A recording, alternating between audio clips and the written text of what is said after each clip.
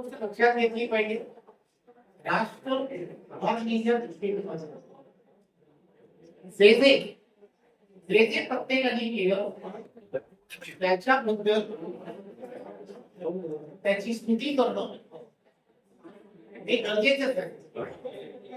परंतु एक गोष्ट लक्षात घेतली पाहिजे, धोरण तयार करणं आणि धोरणाची इम्प्लिमेंटेशन करणं.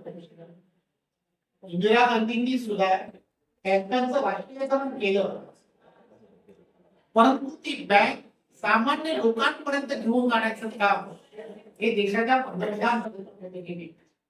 आपण पाहिलं ते बँकांचं निर्माण करायचं, परंतु सामान्य जनता जनतेच्या माध्यमातून कोट्यावधी लोकांपर्यंत गेली. फक्त तेवढ्यावरतीच राहिलं नाही, परंतु त्यामध्ये सुद्धा बदल घडवत जाम सिस्टीम ज्याला म्हणतात आधार त्याला लिंक केलं आणि मोबाईल त्या माध्यमातून त्याला कनेक्ट केलं आणि या जाम सिस्टीमच्या माध्यमातून त्याचा उल्लेख वारंवार होतो. डीबीटी सिस्टीम जी सुरू झाली.